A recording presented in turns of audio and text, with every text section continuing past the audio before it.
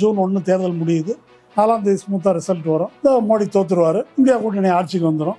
அப்படியெல்லாம் சுமூகமாக நடந்துடாது. என்ன வேணால் நடக்கலாம்.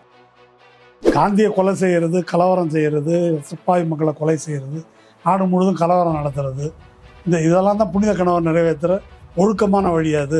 எப்போதும் எதுக்கும் தயாராக இருக்கிறவங்க தான். முதல் தேர்தலில் ஊழலற்ற ஆட்சி, சப்கா சாத் சப்கா விகாஸ். 2019 புல்வாமா தேசபக்தி நான் தான் அப்படின்ட்டு. இப்போவும் சொல்கிறாரு பாகிஸ்தானுக்கு நான் வளையல் அனுப்புவேன். இப்போது இந்த டயலாக் எதுவுமே செல்லுபடி ஆகலை. இந்தியா கூட்டணி ஆட்சிக்கு வந்தால் நமக்கு பெரிய கேடு வந்துடும் பயப்படுற அளவுக்கு என்ன இருக்குது? ஏன் இவ்வளோ பதட்டம்? அவர் ராகுலும் பேசுகிறாரு, கார்கே பேசுகிறாங்க, பிரியங்கா பேசுகிறாங்க, எல்லாரும் பேசுகிறாங்க. இது ஒன்று.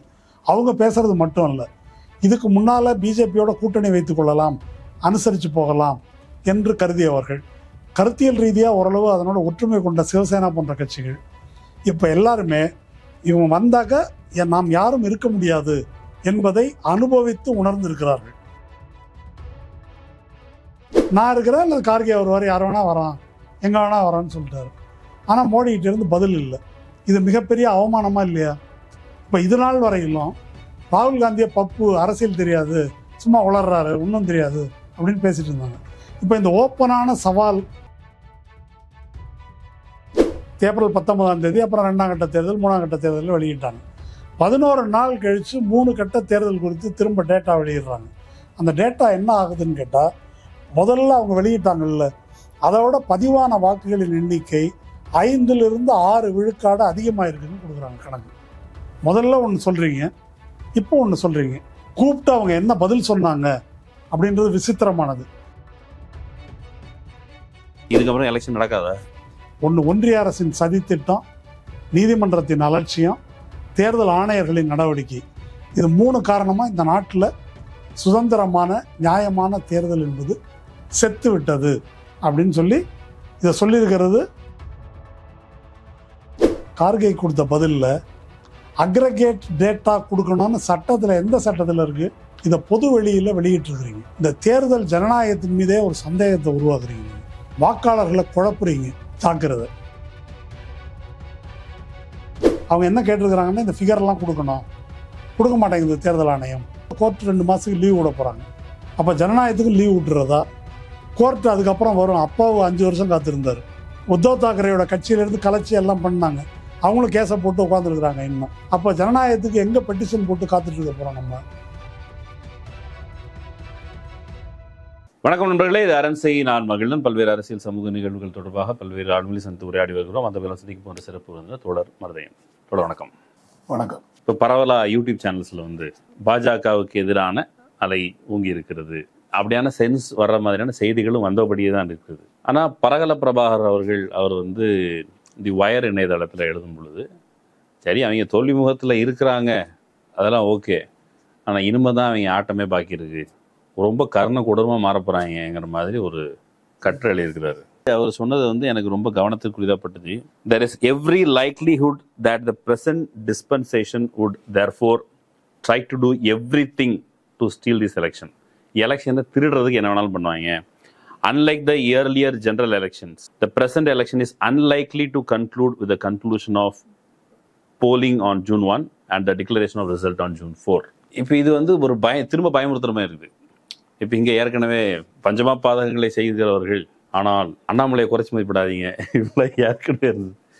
இது அவங்க தோல்வி முகமாக இருந்தாலும் தேர்தலை திருடி விடுவதற்கு வாய்ப்பு இருக்குது, அதுக்கு எல்லாத்தையும் செய்வாங்க அப்படிங்கிற ஸ்டேட்மெண்ட் ஒரு ஓவர் ஸ்டேட்மெண்ட் மாதிரி தோணுது. அப்படிதானா, அல்லது அவர் சொல்றதுல ஏதாவது சாத்தியங்கள் இருக்குதா? இல்லை, அவருடைய அந்த ஸ்டேட்மெண்ட்டை என்டார்ஸ் பண்ணி நான் ட்வீட் பண்ணியிருந்தேன் வெளிவந்த உடனேயே. நீங்கள் அவர் எழுதுறதுக்கு முன்னாடியே, நீங்கள் ரொம்ப நாளைக்கு முன்னாடியே இங்கேயே நம்ம நேர்காணலில் பேசியிருக்கிறோம் அது மாதிரி வாய்ப்பு இருக்குன்னு. அந்த கட்டுரையில் அவர் ரொம்ப ரத்தன சுருக்கமாக எஃபெக்டிவாக அதை சொல்லியிருக்காரு. ஏன் இப்போ நீங்கள் சொல்கிறது அந்த கட்டுரையினுடைய கடைசி வரி.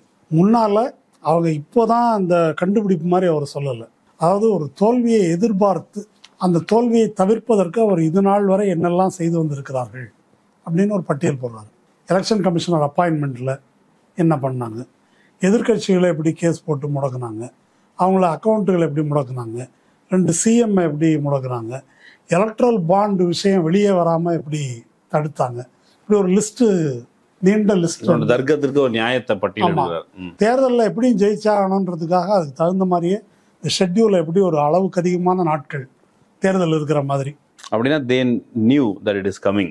ஆமாம், இப்படி இருந்தாலும் நம்ம தோக்கக்கூடாது. அதுக்கு என்னெல்லாம் செய்யணும், அதுக்கு எதிர்க்கட்சிகள் எப்படியெல்லாம் முடக்கணும், அப்புறம் நம்ம தரப்பில் எலெக்ஷன் கமிஷன் நம்ம ஆளாக இருக்கணும், தேர்தல் தேதிகளும் கூட நமக்கு சௌரியமாக இருக்கணும், அது உச்சநீதிமன்றம் ஆர்டர் வந்தாலும் அதுக்கு மாறாக இருக்கணும். இது எல்லாமே செஞ்சுக்கிறாங்க. இது ஒன்று. ஏன் இப்படியெல்லாம் அவங்க செய்கிறாங்க, ஏன் இவ்வளவு உஷாராக இருக்கிறாங்க அப்படின்ட்டு அவர் பின்னால் சொல்கிறாரு. ஏன் உஷாராக இருக்கிறாங்க அப்படின்றது முக்கியமான காரணம். அப்படி மறைப்பதற்கு எண்ணற்ற குற்றங்களை அவர்கள் இழைத்திருக்கிறார்கள். ஒன்று, எலக்ட்ரல் பாண்டில் அவங்களுடைய கொடூரமான ஊழல்கள் அம்பலமாக இருக்குது. நம்பர் 1. அவருமே சொல்றாரு, உலக வரலாற்றிலே அது பெரிய ஊழல் அப்படின்னு சொல்லி. அடுத்தது PM கேர்ஸ் அப்படின்றது தோத்துட்டாக்க அதை எடுத்தால் அது வெளியே வரும்.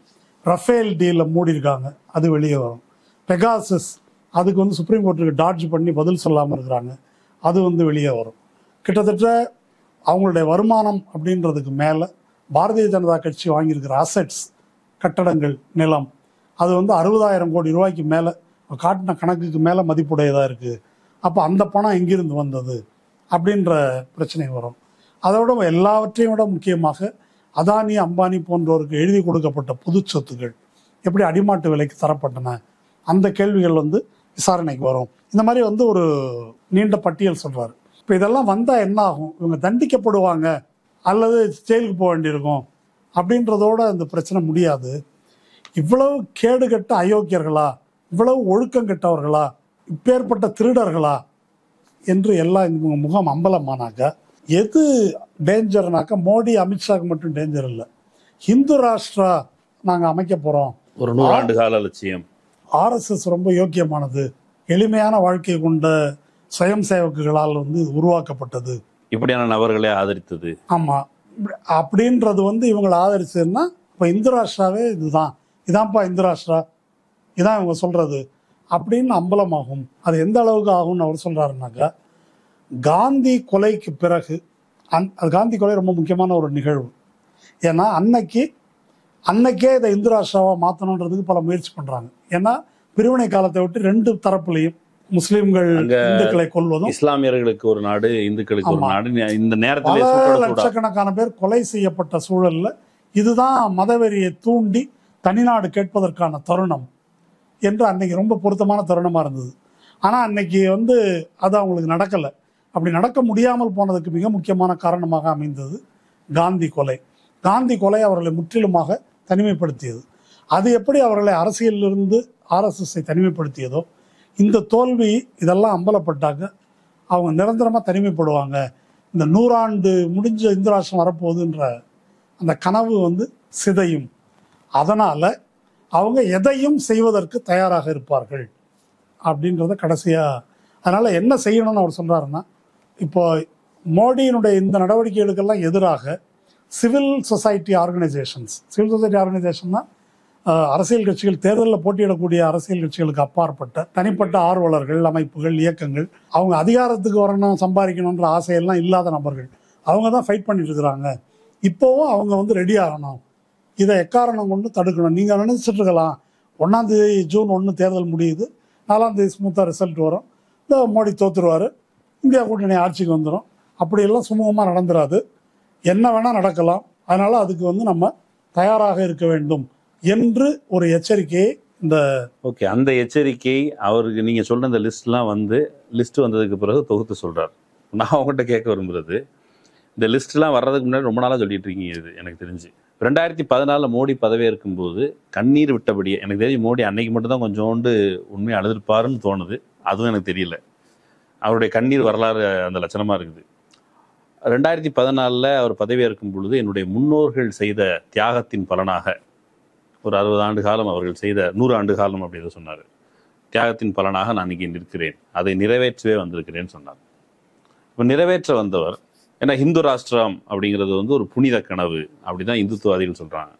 இப்போ அந்த கனவை நிறைவேற்றணும்னு சொன்னால் யோக்கியமாக இருந்து அல்லது அப்படியே நம்ம ஊழல் கரைபிடியாமலாம் போய் அங்கே போய் நிற்கணும் அப்படின்னு தான் ஆக்சுவலி பொதுவான அபிப்பிராயம். அப்படிலாம் இருப்பார். தியாக திருவர் அவர் தூங்க மாட்டேங்கிறாரு, 24 மணி நேரத்தில் 12 மணி நேரம் தூங்கலை, நீங்க எதை வச்சு ஜட்ஜ் பண்ணீங்க ஃபர்ஸ்ட்? இந்த விவரங்கள் வச்சு மட்டும் ஜட்ஜ் பண்ணலாம்னு நினைக்கிறேன்.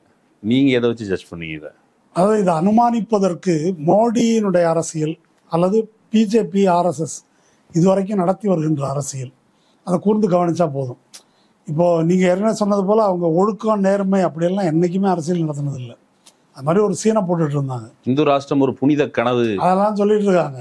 ஏங்க, காந்தியை கொலை செய்யறது, கலவரம் செய்யறது, சிப்பாய் மக்களை கொலை செய்யறது, நாடு முழுவதும் கலவரம் நடத்துறது, இதெல்லாம் தான் புனித கனவை நிறைவேற்றுற ஒழுக்கமான வழியாது. அது கிடையாது. அதனால அவங்க எப்பொழுதும் எதுக்கும் தயாராக இருக்கிறவங்க தான்.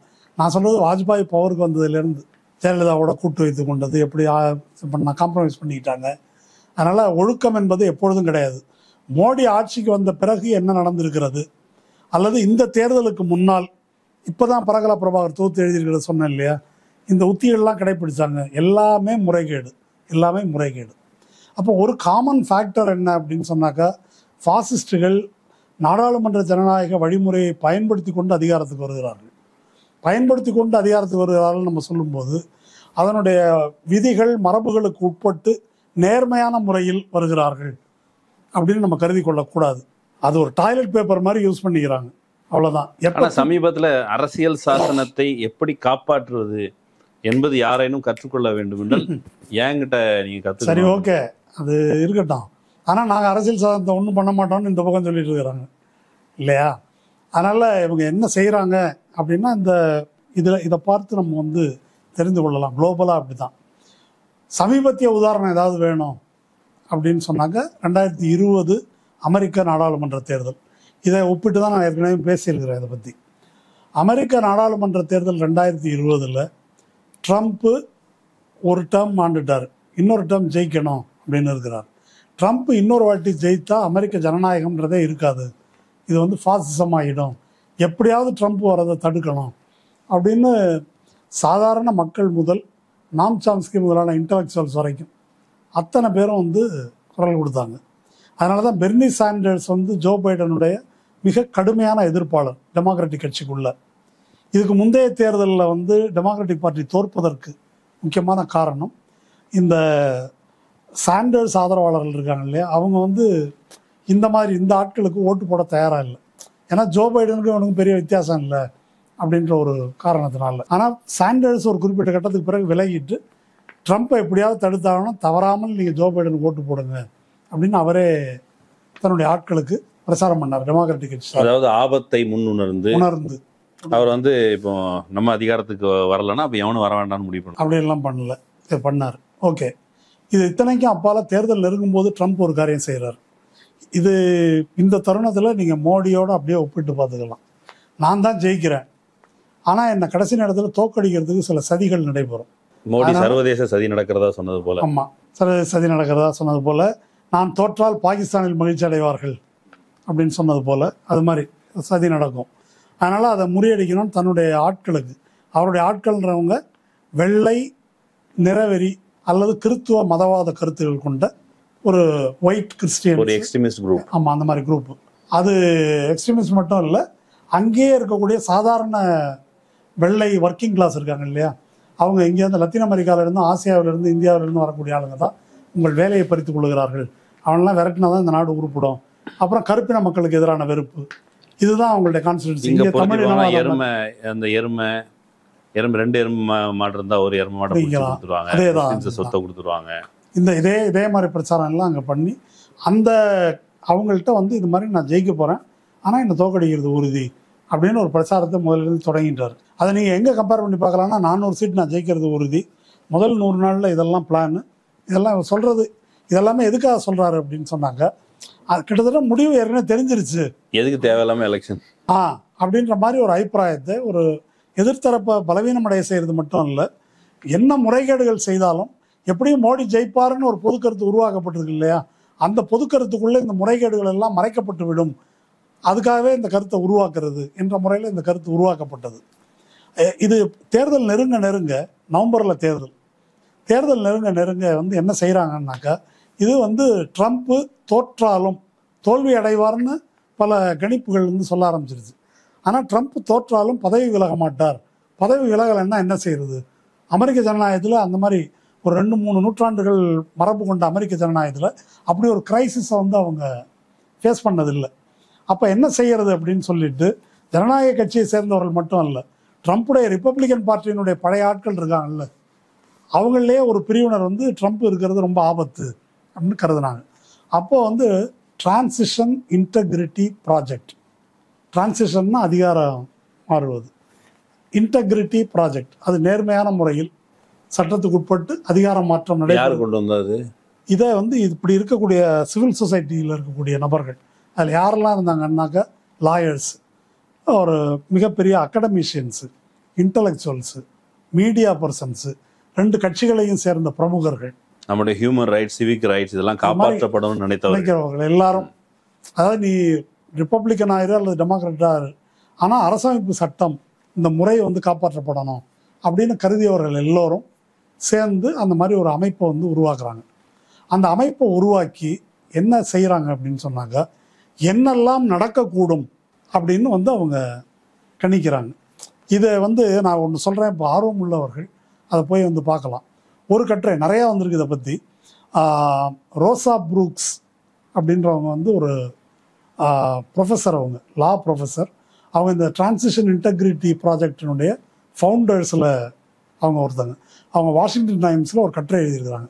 கட்டுரையோட தலைப்பு what is the worst that good happen, worst என்ன நடக்கும் அப்படின்னு சொல்லிட்டு எப்போ எழுதுறாங்க, செப்டம்பர் 3ஆம் தேதி 2020. இந்த ஒரு கட்டுரை படித்தாலே புரியும், வாஷிங்டன் போஸ்ட்டில் போட்டு பாருங்கள். அந்த கட்டுரையை போட்டுட்டு, அது ஒரு நீண்ட கட்டுரை. அந்த கட்டுரையில் எலெக்ஷன் நல்லா சொல்கிறேன் நவம்பர் 3, இந்த கட்டுரை எழுதுறது செப்டம்பர் 3. என்ன எழுதுகிறாங்க, 4 சீனரியோ. ஒன்று, ஆக பெரும்பான்மையாக பைடன் வந்து வெற்றி பெறணும். அங்கே வந்து 2 இருக்குது, எலக்ட்ரல் காலேஜ், பாப்புலர் ஓட் அப்படின்னு இருக்குது, 2லேயும் அவர் வெற்றி பெறணும். அல்லது நேரோ மார்ஜினில் அவர் வெற்றி பெறணும். 3வது, ட்ரம்ப்பு எலக்ட்ரல் காலேஜில் வெற்றி பெற்று பாப்புலர் ஓட்டில் தோக்கணும். இது எதுவுமே இல்லாத இழுபறி நிலை, இந்த 4 சூழல்கள். அதுக்கு பிறகு ட்ரம்ப் ஜெயிக்கிறதுங்கிறது இந்த சினாரியோவில் அவங்க கால்குலேட்டே பண்ணல. தேர்தல் முடிவு என்னெல்லாம் வரலாம், ட்ரம்ப் ஜெயிக்கிறது இல்லவே இல்லை, ட்ரம்ப் ஜெயிக்கிறதுக்கு ஸ்கோப்பே கிடையாது. ஓகே, அவங்க முடிவு பண்ணிட்டான். ஆமா, இப்போ எல்லாரும் மத்தியிலும் மோடி பைடன் வெல்வதற்கு வாய்ப்பு, நேரோ மார்ஜினில் ஜெயிப்பாரா, அதிக மார்ஜினில் ஜெயிப்பாரா? ட்ரம்ப் வந்து இந்த எலக்ட்ரல் காலேஜில் வெற்றி பெற்று பாப்புலர் ஓட்டில் தோல்வி அடைவாரா? இந்த மாதிரி சீனரியோஸ். இதில் நீதிமன்றம் தலையிடுமா தலையிடாதா? 2 சூழல். நீதிமன்றம் தீர்ப்பு வழங்கினாலும் கட்டுப்படுவார் கட்டுப்பட மாட்டார், 2 சூழல். ஆர்மி, அந்த நாட்டில் வந்து தேர்தல் ரிசல்ட் வந்த உடனே பதவி மாற்றம் கிடையாது, நடுவில் ஒரு 1 மாதமோ 2 மாதமோ கேப், அதுக்கப்புறம் தான். அது வரைக்கும் முப்படைகளின் தலைவர் வந்து ட்ரம்ப் தான். அப்போ ஆர்மி ட்ரம்ப் சொல்கிறத கேட்குமா, அரசமைப்பு சட்டம் சொல்கிறத கேட்குமா? மீடியா எப்படி நடந்துக்கும், வன்முறையை தூண்டினா அதை வந்து எப்படி எதிர்கொள்வது? இப்படி எல்லா சீனரியோவையும் கணக்கு பண்ணி வார் கேம்ஸ்ன்னு ஆக்சுவலாக நடத்துகிறாங்க. வார் கேம்னாக்க என்ன அப்படின்னு சொன்னால், நம்ம போலீஸு இராணுவத்திலெல்லாம் முன்னால் பயிற்சியின் தீயணைப்பு படை நடத்துகிறாங்க இல்லையா, அந்த மாதிரி அந்தந்த ஆட்களை, பழைய ஆட்கள்லாம் அந்த இடத்துல போட்டு என்னென்ன செய்வாங்க, அதை எப்படி எதிர்கொள்வது அப்படின்னு அதை ஒன்று நடத்துகிறாங்க. அந்த கட்டுரையில் இதெல்லாம் விவரிக்கிறாங்க. இதெல்லாம் நடத்திட்டு இதை எதிர்கொள்வதற்கு என்ன வழிமுறைகளை நாம் கடைப்பிடிப்பது அப்படின்றத அதில் டிஸ்கஸ் பண்ணுறாங்க. பண்ணிவிட்டு ஃபைனலாக அந்த கட்டுரை முடிகிற இடம் அது வந்து ரொம்ப முக்கியமானது, அதை நான் படித்து காமிக்கிறேன். கடைசியாக மக்கள் என்ன செய்வது அப்படின்னு சொல்லிட்டு ஒரு பிரபல சட்ட வல்லுநரை வந்து கோட் பண்ணுறாங்க. லேர்னட் ஹேண்ட் அப்படின்றவர் சொன்னது, liberty lies in the hearts of men and women. சுதந்திரம் என்பது குடிமக்களுடைய இதயத்தில் இருக்கிறது. வென் இட் டைஸ் தேர், அது அங்கே செத்து விட்டால் no constitution, no law, no court can save it. குடிமக்களுடைய இதயத்தில் சுதந்திர உணர்ச்சி செத்துவிட்டால் எந்த அரசமைப்பு சட்டமும், எந்த கோர்ட்டும், எந்த சட்டமும் அதை காப்பாற்ற முடியாது. வைல் இட் லைஸ் தேர், அது உண்மையிலே மக்கள் இதயத்தில் இருந்தால், it needs no constitution, no law, no court. அதுக்கு வந்து அதை காப்பாற்ற குடிமக்களாகிய நாம் விடுதலை உணர்வோடு இருந்தால் நம்ம யாரும் அடிமைப்படுத்த முடியாது. விடுதலை உணர்ச்சி இல்லை எனும் பொழுது எந்த சட்டத்தாலும் நமக்கு இதை வந்து வழங்க முடியாது. தேர்தலுக்கு 1 மாதம் முன்னதாக இந்த எச்சரிக்கையை கொடுத்து நிறைய கட்டுரை வந்திருக்குது. இங்கே தேர்தல் முடியறதுக்கு 1 மாசத்துக்கு முன்னாடி இங்கே எழுதியிருக்கிறாங்க. அப்போ அதனால என்ன யோசித்து பார்க்கணும் அப்படின்னு சொன்னாக்கா, அமெரிக்காவுக்கு ஒரு நீண்ட ஜனநாயக பாரம்பரியம் இருக்குது. அந்த அரசமைப்பு சட்டம் அதில் வந்து ஜனநாயக உரிமைகள் நம்மை காட்டிலும் பன்மடங்கு அங்கே அதிகமாக, நாடும் நீண்ட காலமா அந்த டெமோக்ராட்டிக் ஃபார்முக்கு இருக்குது, பயிற்சி பெற்ற, கல்வி அறிவு பெற்ற நாடு, இது எல்லாமே இருக்குது. மீடியா வந்து நம்ம ஊர் மாதிரி கோதி மீடியாவெல்லாம் அங்கே இல்லை. ட்ரம்ப் ஆட்சி காலத்தின் போதே ட்ரம்ப்பை அப்படி அம்பலப்படுத்தி எழுதியிருக்காங்க. எடுத்துக்காட்டு சொல்லணும்னாக்கா, இப்போ மோடிக்கு எதிராக ட்வீட் போட்டாக்க பிளாக் பண்ணுறாங்க. அங்கே வந்து என்ன நடந்தது அப்படின்னா, தேர்தலுக்கு முன்னால் ட்ரம்ப் இப்படி பொய் செய்தி பரப்புறதுனால ட்விட்டர் வந்து பிரசிடென்ட் ஆஃப் யூஎஸ்ஸை பிளாக் பண்ணாங்க. அந்த ஐடியா பிளாக் பண்ணாங்க, ஃபேக் நியூஸ் பரப்புறாரு. இதுல இந்த குறிப்பிட்ட பிரச்சனை நீங்க சொல்றீங்களா, அந்த எலெக்ஷனுக்கு பிறகு இந்த கூட்டத்தெல்லாம் சேர்த்து அது தொடர்பாக செய்தி போட்டது, நான் ஜெயிச்சிட்டேன், அதுக்காக கேஸு இல்லை. இவங்க சொன்னது விஷயம் என்னன்னு கேட்டால், இந்த கணிப்பு தவறாகவில்லை. ட்ரம்ப் சொன்னதை வைத்துக்கொண்டு பல்லாயிரக்கணக்கான பேர் கேபிட்டல் ஹில்லில் உள்ளே போய் அதில் சாவுகள்லாம் நடந்துச்சு, எப்படி கைப்பற்றினார்கள், அப்புறமா அது கைது செய்யப்பட்டு வழக்கு நடந்து ட்ரம்ப் மேலே கேஸ் நடக்குது. இப்போ இந்த குற்றச்சாட்டுலாம் இருக்குது. தேர்தல் தில்லுமுள்ளு செய்வதற்கு சில குறிப்பிட்ட மாகாணங்களில் தனக்கு ஆதரவாக இது பண்ண சொல்லி அந்த தேர்தல் ஆணையர்கள் இருக்காங்கல்ல அந்த ஊரில், அவங்கள வந்து இவர் இன்ஃப்ளூயன்ஸ் பண்ணியிருக்காரு. போஸ்டல் ஓட்டை தனக்கு சாதகமாக திருப்புறதுக்கு எப்படி முயற்சி பண்ணார். Similar to Modi, very much similar to Modi. இப்போ இந்த 4ஆம் கட்ட தேர்தலில் நீங்கள் செய்திகள் பார்த்தீங்களான்னு தெரியல. ஹைதராபாத்தில் ஒரு அம்மா, ஒரு லேடி மாதவி லதா, அந்த அம்மா போயிட்டு கொடூரமாக இருக்குதுங்க. அவங்க வேட்பாளர் நேராக போய் வாக்குச்சாவடியில் முஸ்லீம் பெண்கள் பர்தா போட்டுருக்குறாங்க. பர்தாவை தூக்கு, ஐடி கார்டு கொடு அப்படின்னு இவங்க செக் பண்ணுறாங்க. இந்து பெண்கள் வந்து குங்கட்னு சொல்லுவாங்க, அதை யாரும் அப்படி எடுத்து பார்க்கல. எடுத்து இதை பார்க்குறாங்க. நீ வந்து செக் பண்ணுறிய, நீ யாருன்னா சட்டப்படி எனக்கு ரைட் இருக்குதுன்னு கேட்குறாங்க. சட்டப்படி அவங்களுக்கு உரிமை கிடையாது. யாருக்கு உரிமை இருக்குது? ப்ரிசைடிங் ஆஃபீஸருக்கு. தேர்தல் ஒருவேளை அடையாளம் தொடர்பாக சந்தேகம் வரும் பட்சத்தில், ஆமாம், அவர் பார்க்கலாம் ப்ரிசைடிங் ஆஃபீஸர். அந்த அடையாளத்தை அங்கே பூத் ஏஜென்ட்டாக கட்சிகளுக்கு போயிருக்காங்க இல்லையா, அவங்க வந்து கிராஸ் செக் பண்ணிக்கலாம். வேட்பாளர் நேராக போய் கேட்குறதுக்கு எந்த உரிமையும் இல்லை. இன்னொரு இடத்துல அரவிந்த்னு சொல்லி இன்னொரு வேட்பாளர், அவன் வந்து கான்ஸ்டியூஷனை திருத்தணும்னு பேசுகிற நபர், அவன் பூத்துக்குள்ளே போய் கலவரம் பண்ணுறான். உஜ்ஜயினியில் ப்ரிசைடிங் ஆஃபீஸர் மோடி மோடி அப்படின்னு எங்கே ப்ரிசைடிங் ஆஃபீஸர் சீட்டில் உட்காந்து தேர்தல் அதிகாரி அதை வந்து பார்த்து இது கட்சிகள்லாம் ஆட்சேபம் தெரிவித்த பிறகு வருத்தம் தெரிவிக்கிறாங்க. அவங்க யூபியில் சம்பல்ன்ற பகுதியில், அது வந்து 50% முஸ்லீம்கள் இருக்கிற பகுதி, தொடர்ந்து முலாயம் சிங் யாதவ் கட்சி ஜெயிக்கிற பகுதி, காலையில் 8:30 மணிக்கு லத்தி சார்ஜ் பண்ணியிருக்கு போலீஸ். சமாஜ்வாதிகாரனை பூரா அடிச்சு வரட்டு அப்படின்னு சொல்லிகிட்டே அடிச்சிருக்கிறாங்க. அதை பற்றி நியூஸ் லாண்ட்ரியில் விரிவாக நேரடியாக ரிப்போர்ட் பண்ணியிருக்கிறாங்க. இப்போ இது எல்லாமே வந்து நடந்துருக்குதுங்க. பாராமதி, எங்கே சரத்பவார் மகள் நிற்கிற இடம், மர்மமான முறையில் இந்த இது இருக்கு இல்லையா, மெஷின்ஸு, தேர்தல் முடிஞ்சு கொண்டு போய் வச்சுருக்கிறாங்க. 45 நிமிடம் பவர் கட்டு, சிசிடிவி எல்லாம் ஆஃப் ஆகிடுச்சு. இங்கே நம்ம ஊர்லேயும் நடந்துச்சுல்ல, சிசிடிவி ஆஃப் ஆகிருக்கு. அவங்க சுப்ரியா சுலே வந்து அதை, ஸோ இது எதையும் நம்ம வந்து அலட்சியமாக, இதில் தேஷ்பக்துன்னு ஒரு ஹிந்தியில் ஒரு ஒரு யூடியூப் சேனல் இருக்கார் இல்லையா, அவர் ஒன்று சொல்லியிருக்காரு. இந்த 4th ஃபேஸை பற்றி சொல்லும்போது சொல்லிட்டு ஒரு வரி சொல்கிறார். முன்னெல்லாம், அதாவது வாக்கு சீட்டு இருந்த காலத்தில் பூத்தை கேப்சர் பண்ணுவாங்க, இப்போ வந்து மோடிஜி வந்து எலெக்ஷன் கமிஷனை கேப்சர் பண்ணிட்டாரு அப்படின்னு. பூத் கேப்சரிங் தேவையில்லை. ஓகே, அது வந்து ஒரு ஷார்ட்கட்டாக நேரடியாக யாரும் ஓனர் யாரோ நான் ஓனர்கிட்டே பேசிக்கிறேன் அந்த மாதிரி. பட் இது வந்து ரொம்ப எச்சரிக்கையாக இருக்கணும். பேரல்ஸ் இருக்குது அமெரிக்காவுக்கும் குறைந்தபட்சம் அமெரிக்காவை பார்த்து அப்படின்னா இந்த விஷயத்துலயாவது பார்த்து தெரிஞ்சுக்கிறதுக்கான பாடங்கள் இருக்குது அப்படின்னு சொன்னாலும் கூட, எனக்கு என்ன கேள்வி வருதுன்னா, இதுக்கு முன்னாலேயும் நீங்கள் சொன்னீங்க வாஜ்பாய் பீரியடில் அவங்க ஆட்சியில் இருந்தாங்க. ஆட்சியில் இருந்தவர்கள் இந்த யஷ்வந்த் ஷிந்தே விஷயங்கள்லாம் ரொம்ப ரீசெண்டாக தான் வருது. எந்த எல்லைக்கும் போகக்கூடியவர்கள்னு யஷ்வந்த் ஷிந்தேவுடைய வாக்குமூலம் ரொம்ப லேட்டாக தெரியுது. ஆனால் அதில் ஆட்சியை விட்டு இறங்கினப்போ வாஜ்பாய் அவர் போயிட்டார். இந்த பஞ்சாயத்துலாம் நடக்கலை.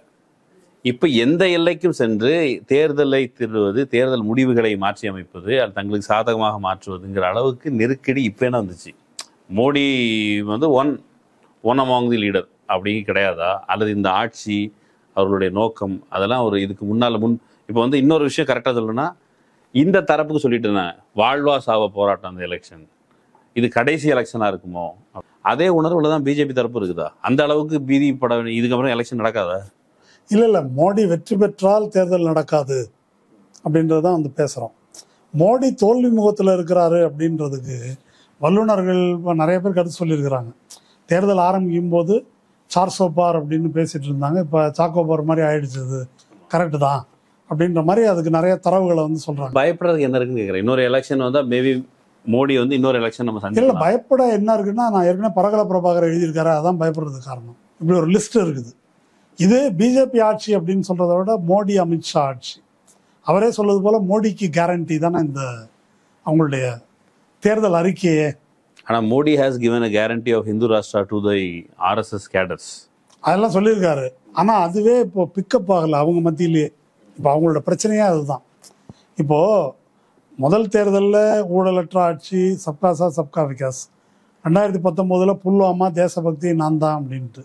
இப்போவும் சொல்றாரு பாகிஸ்தானுக்கு வந்து நான் வளையல் அனுப்புவேன் அப்படின்னு இன்னைக்கு நேற்று வந்து பேசியிருக்கிறாரு.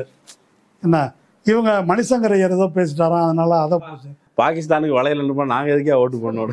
இப்போ இந்த டயலாக் எதுவுமே செல்லுபடி ஆகலை. உங்களதை பிடுங்கி முஸ்லீம் கொடுத்துருவாங்க, பிசிஎஸ் இதை பிடுங்கி, இது எதுவுமே செல்லுபடி ஆகலை. 2 விஷயங்கள் நீங்கள் எடுத்துங்களேன், ரொம்ப போக வேண்டாம்.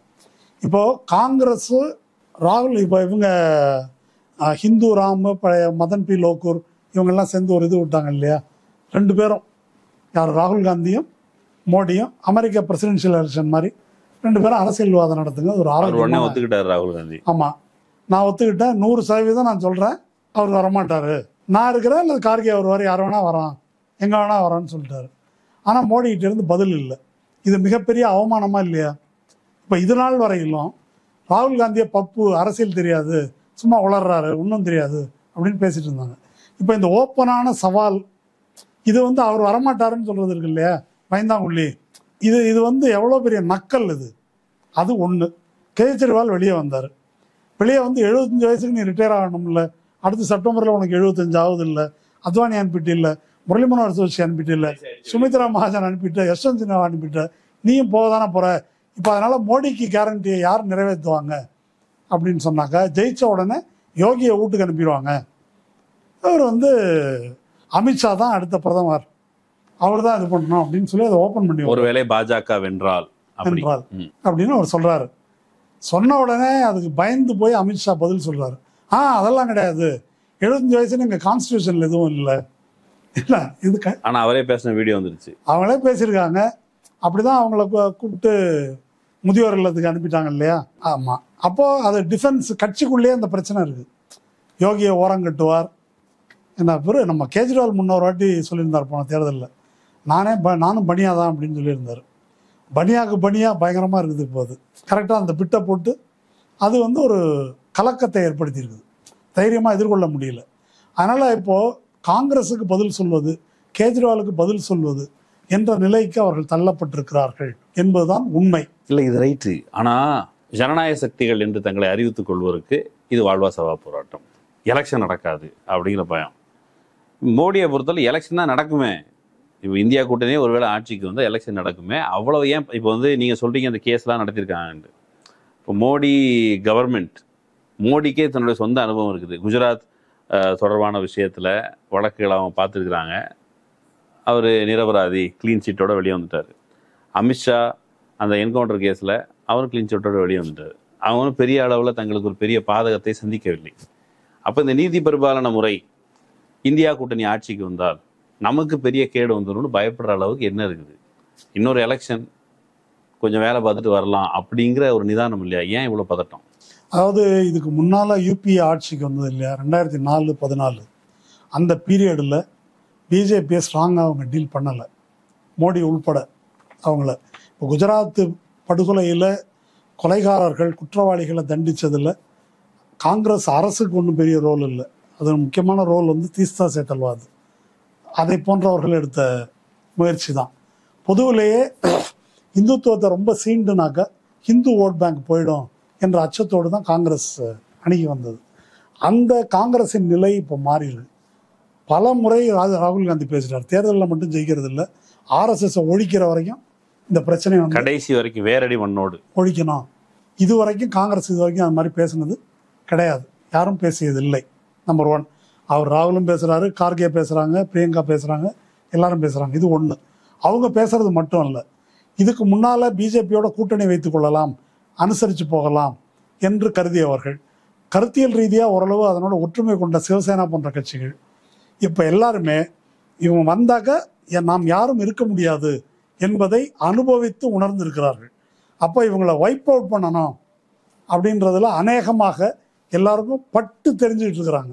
இப்போதைக்கு எதிர்கட்சியினர் ஒருவேளை இந்தியா கூட்டணி ஆட்சிக்கு வந்தால் பாஜக RSS கட்டமைப்பு குறிவைத்து தகர்க்கப்படும், தங்களுடைய நலனுக்காகவே அதை அவங்க செய்யணும். பழைய மாதிரி கையாள முடியாது, திரும்ப ஆட்சிக்கு வந்துடுவாங்க, தொல்லையா இருக்கும். ஓகே, அதனால இது வழக்கம் போல நம்ம பார்த்துக்கலாம், நம்ம கோர்ட்டு, நம்ம ஜட்ஜு, நம்ம போலீஸு நம்ம பார்த்துக்கலாம் என்று மோடியோ அமித்ஷாவோ கருதுவதற்கு இடமில்லை. ஒன்று. ரெண்டாவது, மிக முக்கியமாக ஒன்று இருக்குது. மோடியும் அமித்ஷாவும் பாரதிய ஜனதா கட்சிக்கு உள்ளேயே தனிமைப்பட்டிருக்கிறார்கள், தன்னுடைய தனிநபர் ஆவர்த்தனம். ஆமாம், அப்படி காரணமாக அவங்க கம்ப்ளீட்டாக RSSக்கு மேலே, கட்சிக்கு மேலே, இவங்களுக்கு அடுத்த செகண்ட் லைன் லீடர்ஸ் எல்லாம் டம்மி ஆக்கி, எதுவும் இல்லாதவர்களாக ஆக்கி, இப்போ அவங்க போட்டிருக்கிற வேட்பாளர்களில் ஏறத்தாழ 25% கட்சி தாவி வந்தவர்கள் அப்படின்னு சொல்கிறாங்க. சிவராஜ் சிங் சௌஹான், வசுந்தரா ராஜே சிந்தியா, இப்படி ஒரு லிஸ்ட்டு சொல்லலாம், ஓரங்கட்டப்பட்டவர்கள் அப்படின்ட்டு. அப்போ இது அவங்களுடைய இன்செக்யூரிட்டி இருக்குது. அதனால தான் தேர்தல் ஆணையம் என்பதை தங்களுக்கு தோதானதாக அவர்கள் ஏற்படுத்தி வைத்து கொண்டிருக்கிறார்கள். இப்போ நீங்கள் அதில் அந்த தேர்தல் ஆணையர் ரிசைன் பண்ணி தேர்தலுக்கு முன்னார ஒருத்தர் மர்மமான முறையில் ரிசைன் பண்ணிட்டு போகிறாரு. அதுக்கப்புறம் உச்சநீதிமன்றம் தெளிவாக ஒரு தீர்ப்பு கொடுத்துருக்குது, தேர்தல் ஆணையர் எப்படி நியமிக்கணும்னு. அதை வயலேட் பண்ணி இவங்க 2 பேரையும் நியமிக்கிறாங்க. அதில் அந்த 3 பேர் கொண்ட குழு மோடி தீர்மானித்தபடியே உள்ள இதில் எதிர்க்கட்சி தலைவருக்கு கடைசி நேரத்தில் நடுராத்திரிக்கு ஒரு 6 பேர் பேரை கொடுத்து 2 பேர் 2ல் 1 சொல்லு அப்படின்றாங்க. அது ஆதிர் ரஞ்சன் சௌத்ரி அதை சொல்லியிருக்காரு. அப்போ இவங்க 2 பேருமே மோடிக்கு ஒத்தாசையாக இருக்கக்கூடியவர்கள் என்ற முறையில் தான் நியமிக்கப்பட்டிருக்கிறார்கள். அந்த தேர்தல் ஆணையம் இந்த கணம் வரை மோடியின் நம்பிக்கைக்கு பாத்திரமாக ரொம்ப விசுவாசமான அவருடைய சபார்டினேட் ஊழியர்களாக தேர்தல் ஆணையம் நடந்து வருகிறது என்பது தான் இப்போ பிரச்சனை. அதைத்தான் இந்தியா கூட்டணி ஒரு கடிதம் வாயிலாக பொது வெளியிலேயே அறிவித்து, இது அன்பிரசிடென்டட். இது மோடி அரசு தேர்தல் நடத்துவதற்கு முன்னாடி இருந்தே தேர்தல் கமிஷனர் நியமனத்திலிருந்து நிறைய அவருடைய நடவடிக்கைகள் தொடர்பாக சந்தேகங்கள் எழுப்பப்பட்டு வந்தாலும், இப்போ எலெக்ஷன் நடந்துட்டு இருக்க சமயத்தில் போய் எதிர்கட்சிகள், இந்தியா கூட்டணியினர் போய் புகார் கொடுத்துருக்குறாங்க. கார்கே ஆவேசம் அப்படின்னு ஒரு பக்கம் சொல்ல, அப்புறம் எலெக்ஷன் கமிஷன் தரப்பில் பதில்கள் இப்படின்னு போயிட்டு இருந்தது. என்ன புகார்கள் இப்போ இந்த நேரத்தில் புகார் கொடுத்து, இப்போ அதுவும் எலெக்ஷன் கமிஷன்கிட்டே புகார் கொடுத்து, இப்போ எலெக்ஷன் கமிஷன் என்ன நடவடிக்கை எடுக்குது, என்ன புகார், என்ன அப்ஜெக்ஷன் இவங்களுக்கு? இந்தியா கூட்டணி கட்சிகள் கார்கே, மோடி மேலேயும் அமித்ஷா மேலேயும் 15 புகார்கள் கொடுத்துருக்காங்க. மாடல் கோட் ஆஃப் கான்டக்டை மீறி மதவெறியை தூண்டும் விதத்தில் பேசினது, பொய் பேசினது, இது மாதிரி ஃபேக் நியூஸ், ஆதாரம் இல்லாமல் பேசினது, இதெல்லாம் குறிப்பிட்டு புகார் கொடுத்துருக்குறாங்க. எந்த புகார் மீதும் நடவடிக்கை எடுக்கல. ஒரே இதில் மட்டும் மோடி மீது நடவடிக்கை கோரி கொடுத்ததுக்கு நட்டாவுக்கு ஃபார்வர்டு பண்ணியிருக்கிறாங்க. இது வழக்கமாக யார் குற்றம் இழைக்கிறார்களோ ஃபார்வர்டு மெசேஜ், ஆமாம், குற்றம் இழைக்கிறார்களோ அவங்கள தான் நடவடிக்கை எடுப்பாங்க. 2 நாள் பிரச்சாரம் பண்ணக்கூடாது, 10 நாள் பிரச்சாரம் பண்ணக்கூடாதுன்னு. அப்படி இல்லாமல் நட்டாவுக்கு ஃபார்வர்டு பண்ணியிருக்காங்க. நடவடிக்கை இல்லை, பதிலே சொல்லலை. இது ஒன்று. ரெண்டாவது, மிக முக்கியமானது என்னென்னா, 3 கட்ட தேர்தல் முடிஞ்சிருக்குது. நேற்றுக்கு 4வது கட்ட தேர்தல் நடந்திருக்குது. ஏப்ரல் 19ஆம் தேதி முதல் கட்ட தேர்தல் நடக்குது. ஏப்ரல் 19ஆம் தேதி முதல் கட்ட தேர்தல் நடந்து 11 நாள் வரைக்கும் மொத்தம் இந்த 3 கட்ட தேர்தல்களில் எத்தனை வாக்காளர்கள், இந்த 3 கட்ட தேர்தல்களுக்கு அதில் வாக்கு அளித்தவர்கள் எத்தனை பேர், வாக்காளர்கள் எத்தனை பேர், வாக்களித்தவர்கள், எலிஜிபிள் வாக்காளர்கள், தகுதியுள்ள வாக்களிக்க, இந்த தரவுகளை குறிப்பிடலை. இப்போ ஒவ்வொரு கட்ட தேர்தல் முடிஞ்ச பிறகும் இத்தனை பர்சன்டேஜ் வெளியிட்டாங்க. எப்போ? ஏப்ரல் 19ஆம் தேதி, அப்புறம் 2ஆம் கட்ட தேர்தல், 3ஆம் கட்ட தேர்தல் வெளியிட்டாங்க. 11 நாள் கழித்து 3 கட்ட தேர்தல் குறித்து திரும்ப டேட்டா வெளியிடுறாங்க. அந்த டேட்டா என்ன ஆகுதுன்னு கேட்டால், முதல்ல அவங்க வெளியிட்டாங்கல்ல, அதோட பதிவான வாக்குகளின் எண்ணிக்கை 5லிருந்து 6 விழுக்காடு அதிகமாக இருக்குன்னு கொடுக்குறாங்க கணக்கு. முதல்ல ஒன்று சொல்கிறீங்க, இப்போ ஒன்று சொல்கிறீங்க. நீங்கள் இவிஎம்னு ஒரு மிஷின் கொண்டு வந்து, அந்த இவிஎம்ன்ற மிஷின் இருந்தால் டிஜிட்டைஸ் பண்ணியாச்சு. அப்போ ஈஸி, கணக்கு போடுறது ஈஸி, எளிமைப்படுத்தப்பட்டுருச்சு. அப்படின்ன பிறகு இவ்வளவு வேரியேஷன் வர்றது, கொஞ்சம் வேரியேஷன் வரலாம். அதாவது இப்போ மலைப்பகுதியிலேருந்து இவிஎம் வரணும், ரிமோட் ஏரியாவிலேருந்து வரணும், அல்லது டவர் கிடைக்கல, இந்த மாதிரி காரணங்களால் 1 நாள் 2 நாள் கழித்து அதில் ஏதோ ஒரு 0.5% அப்படி வேரியேஷன் வருது அப்படின்னு சொன்னால் அது வேற விஷயம். ஆனால் இவ்வளவு பெரிய வேரியேஷன் எப்படி வரும் என்பது தான் எதிர்க்கட்சிகளுடைய கேள்வி. அப்போது இதை பற்றி குறிப்பான திரிபுராவில் குறிப்பான வாக்குச்சாவடிகளில் குறிப்பான இடங்களில் எப்படி அங்கே ஏற்கனவே இருக்கிற வாக்காளர் எண்ணிக்கையை காட்டிலும் வாக்களித்தவர்கள் எண்ணிக்கை எப்படி அதிகமாக இருக்குது அப்படின்னு சிபிஎம் கம்ப்ளைண்ட் பண்ணியிருக்கிறாங்க. அதே போல் திரிணாமுல் காங்கிரஸ் தங்களுக்கு கொடுத்த வாக்குப்பதிவு முடிஞ்ச பிறகு 17C ஒரு ஃபார்ம் கொடுப்பாங்க. அது என்ன நம்ம பின்னால் பார்ப்போம். அந்த ஃபார்மில் கொடுக்க வேண்டிய முழுமையான விவரங்கள் இல்லை என்பதை திரிணாமுல் காங்கிரஸ் புகார் கொடுத்துருக்காங்க. இந்த விவரங்களை எல்லாம் வைத்துக்கொண்டு இதுக்கெல்லாம் பதில் வரல அப்படின்னு சொல்லிட்டு இதில் மேனிப்புலேஷன் ஆஃப் ரிசல்ட்ஸ் இருக்குது என்று சந்தேகிக்கிறோம் என்று சிபிஎம் சார்பாக சீதாராம் யெச்சூரி கடிதம் கொடுத்துருக்காரு.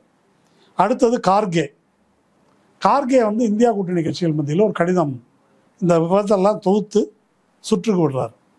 சுற்றுக்கு விட்டுட்டு ஒரு பக்கம் எலெக்ஷன் கமிஷன்கிட்ட இவங்க லெட்டர் கொடுக்குறாங்க, இன்னொரு பக்கம் இந்த சுற்றுக்கு விட்ட கடிதத்தை பொது வெளியிலையும் போட்டுடுறாங்க. இந்த மாதிரி இருக்குது, இதனால் இதில் தில்லுமுள்ளு நடக்குது என்று எங்களுக்கு சந்தேகமாக இருக்குது அப்படின்னு அறிவித்து கொடுத்துட்றாங்க. கொடுத்த பிறகு தேர்தல் ஆணையம் இவங்களை சந்திக்கிறதுக்கு கூப்பிட்டு அவங்க என்ன பதில் சொன்னாங்க அப்படின்றது விசித்திரமானது. ஆனால் இந்த கட்சிகள் மட்டும் இதை செய்யலை.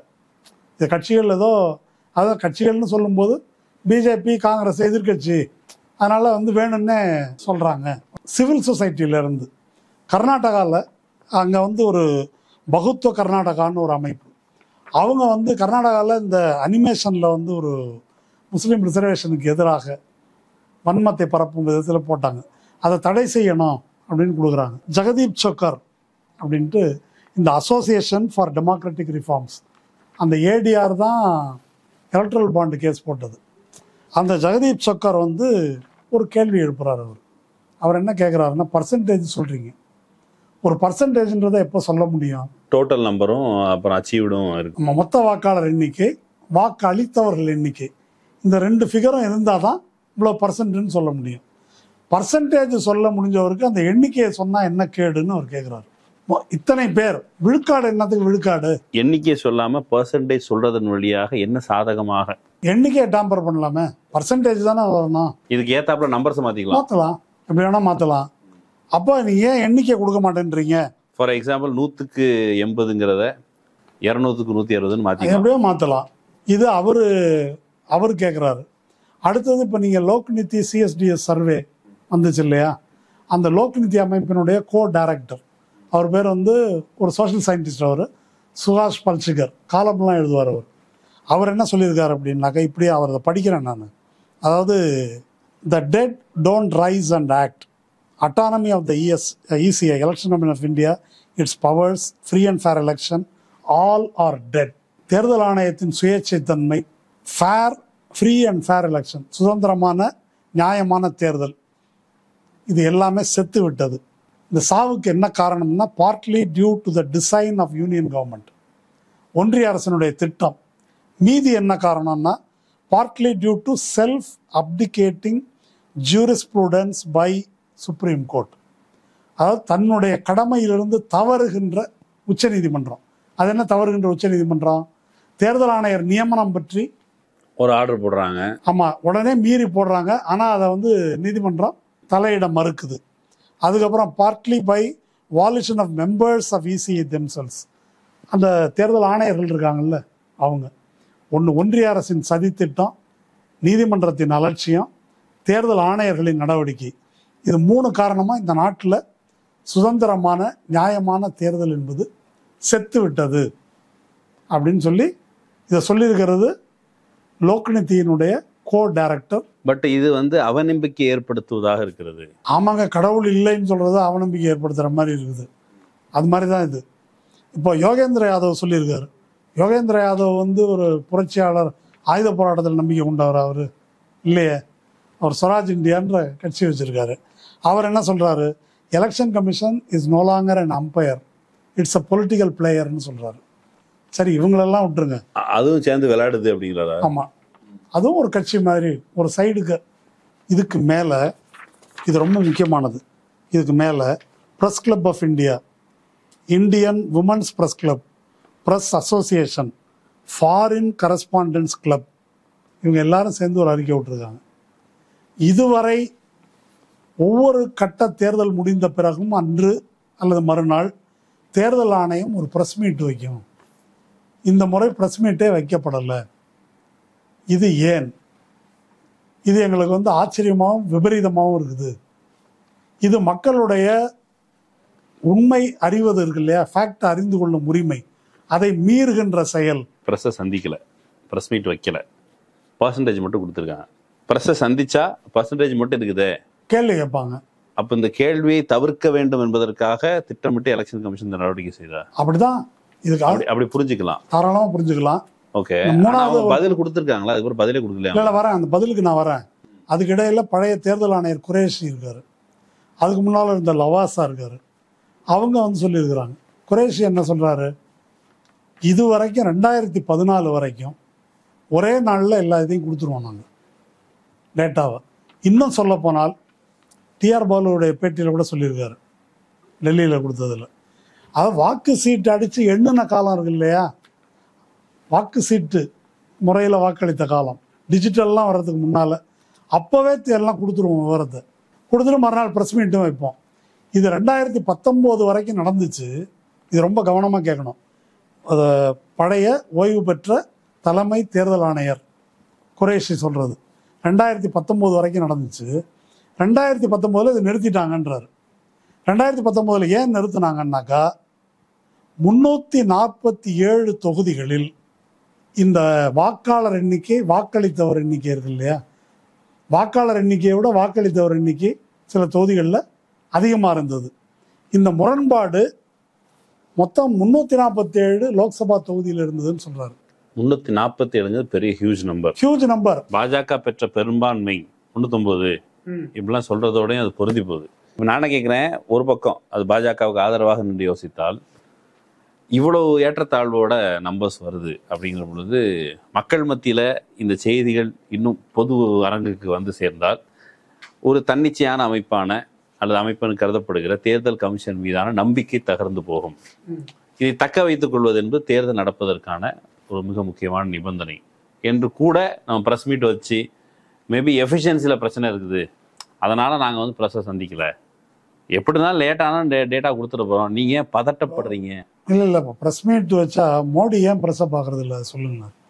அவர் ஏற்கனவே ப்ரெஸ்ஸை பார்த்துருக்காரு, விளைவு என்னன்னு தெரியுது இல்லையா. ஆமாம், ஆர்டிஐ ஆக்டை வந்து முடக்கிட்டாங்க இல்லையா, எதுவுமே தெரிய விடாமல் பண்ணிட்டாங்க, அது ரைட்டு. ஸ்டாட்டிஸ்டிக்ஸு புள்ளி விவரங்கள் அது எதுவுமே தெரியாமல் பண்ணிட்டாங்களா, பண்ணிட்டாங்க. அப்போ இதெல்லாம் இதனுடைய நோக்கம் என்ன? இதெல்லாம் கொடுத்தா தான் கேள்வி வரும். எதையுமே கொடுக்கலன்னா என்ன பண்ணுவீங்க? ஏன் கொடுக்கலன்னு கேள்வி வரணும், அவ்வளோதான் கேட்க முடியும். இப்போ தேர்தல் கமிஷன் இதுக்கு என்ன தெரியுமா பதில் சொல்லியிருக்கு, கொடுக்கணும்னு அவசியம் இல்லைன்னு சொல்லியிருக்கு. கார்கேக்கு இதை எழுதி கொடுத்துருக்காங்க. கார்கே கொடுத்த பதிலில் அக்ரகேட் டேட்டா கொடுக்கணும்னு சட்டத்தில் எந்த சட்டத்தில் இருக்குது கொடுக்கணும்ன்ட்டு அப்படின்னு கேள்வி கேட்டிருக்கிறாங்க. சட்டத்தில் இடம் இல்லையா? சொல்கிறேன், அது ஒரு மரபாக இருந்திருக்கிறது. இதுவரைக்கும் இந்தியாவில் தேர்தல் முறை தொடங்கினதுலேருந்து இதை கொடுத்துட்ருக்குறாங்க. இப்போ எந்த சட்டத்தில் இருக்குது அப்படின்னு இவங்க கேட்குறாங்க. ஒன்று கேட்டது மட்டும் இல்லை, இவங்க வந்து இந்த அவங்க வார்த்தையை சொல்கிறேன், the commission is not legally bound to publish any voter turnout data at the aggregate level of a constituency. Aggregate level of the கான்ஸ்டிடுவன்சின்னா ஒரு தொகுதியினுடைய மொத்தம் அப்படி கொடுக்க வேண்டிய அவசியம் இல்லை. அவங்க சொல்கிறது என்னென்னா அந்த பூத் ஏஜென்ட்டுக்கு கொடுக்குறான்ல அவ்வளோதான். இது சொல்லிவிட்டு உங்களுக்கு உண்மையில டேட்டானா கூட்டி கழிச்சு பார்த்துக்குங்க, அதை பின்னால் அந்த விஷயத்தில் அதில் உள்ள பிரச்சனைகளை பற்றி பேசுவோம். அது சொல்லிவிட்டு என்ன சொல்கிறாங்கன்னாக்கா கார்கேயை வந்து மிரட்டுறாங்க. நீங்கள் செஞ்சுருக்கிறது இருக்கு இல்லையா, உங்களுடைய அறிக்கைகள் இதை பொது வெளியில் வெளியிட்டிருக்கிறீங்க. பொது வெளியில் வெளியிட்டதன் மூலமாக இந்த தேர்தல் ஜனநாயகத்தின் மீதே ஒரு சந்தேகத்தை உருவாக்குறீங்க. நீங்கள் கேள்வி எழுப்பியதன் வழியாக. ஆமாம், வாக்காளர்களை குழப்புறீங்க. நீங்கள் சொல்லியிருக்கிறதெல்லாம் வந்து கேள்விகள் அல்ல, இதெல்லாம் அவதூறு, இன்சினுவேஷன், இதெல்லாம் அலகேஷன். இதை எல்லாத்தையுமே நாங்கள் நிராகரிக்கிறோம். We advise you to exercise caution, ஜாக்கிரதை, and refrain from making such statements. இன்னுமே இந்த மாதிரி அறிக்கை விடுற வேலையெல்லாம் வச்சுக்காதீங்க. இதுதான் பதில். ஜாக்கிரதையா இருங்க. கேள்வி எழுப்பாதீங்க. இது வந்து எலெக்ஷன் முடிவு வர்றதுக்கு முன்பு. இது தேர்தல் ஆணையம் இப்போ நியாயமாக என்ன வேணும் அப்படின்னா, அபிஷேக் மனு சிங்வி வந்து ஒரு கேள்வி எழுப்புறார். அவர் இந்த குழுவில் போயிருந்தார். 2019 தேர்தல்லையும் இந்த முதல்ல அறிவிக்கப்படுகின்ற இது மாதிரி வாக்குப்பதிவு சதவீதம் இருக்கு இல்லையா, அதற்கும் அடுத்த சில நாட்களுக்கு பின்னால் அறிவிக்கப்பட்டதற்கும் இடையில வேறுபாடு இருந்தது.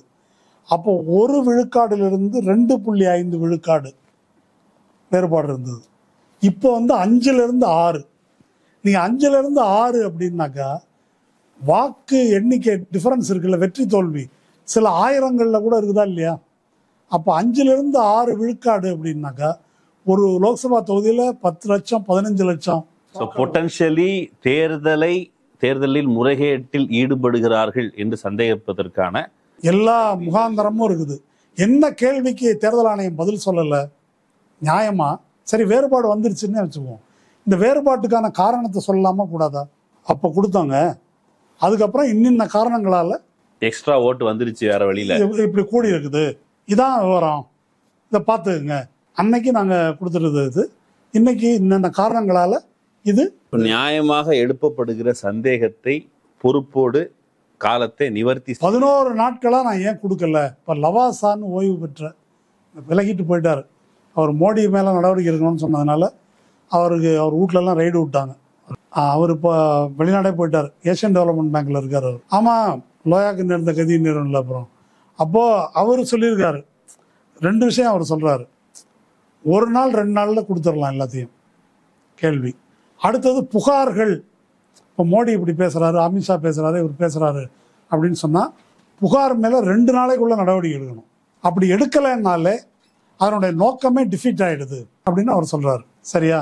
அப்போது இது வந்து இந்த எலெக்ஷன் கமிஷன் கொடுத்துருக்கிற பதில். இப்போ வந்து பொறுப்போட வெளியே எழுப்பப்படுகிற கேள்விகளை பொறுப்போட காலத்தை நிவர்த்தி செய்ய இந்த தேர்தல் ஆணையத்தின் பதில்கள் வந்து போதுமானவே இல்லையா? அதில் அவங்க ஒரு பதில் சொல்கிறாங்க. இப்போ ஒரு பூத் இருக்குது, அந்த ஒரு பூத்தில் வாக்கு எண்ணிக்கை முடிஞ்ச பிறகு ஃபார்ம் 17C ஒன்று இருக்குது. அந்த 17Cயில் அங்கே இருக்கிற ப்ரிசைடிங் ரிட்டர்னிங் ஆஃபீஸர் இருக்கார்ல, அவர் வந்து மொத்தம் இந்த பூத்துக்கு எவ்வளோ வாக்காளர்கள், இதில் வாக்களித்தவர்கள் இவ்வளோ பேர் அப்படின்னு சொல்லி அதில் கையொப்பமிட்டவர்கள் இவ்வளோ பேர், இந்த டேட்டாவெல்லாம் கொடுத்து ஒவ்வொரு பூத் ஏஜென்ட்கிட்டையும் கொடுத்துருவார், கையெழுத்து வாங்கியிருப்பார்.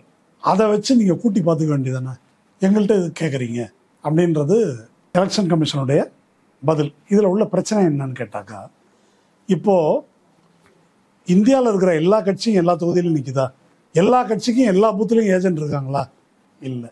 அப்போ இந்த பதில் வந்து எப்படி எல்லாருக்கும் பொருந்தும்? என்ன வகையில் பொருந்தும்? பொருந்தாது. எல்லா இடத்துலையும் இருக்கிற ஒரே ஆள் வந்து தேர்தல் கமிஷன் தான். ஆமாம். நீங்கள் கொடுக்கறதுல என்ன தடை என்பதற்கு அவங்க பதில் சொல்லலை, எதிர்கேள்வி கேட்குறாங்க.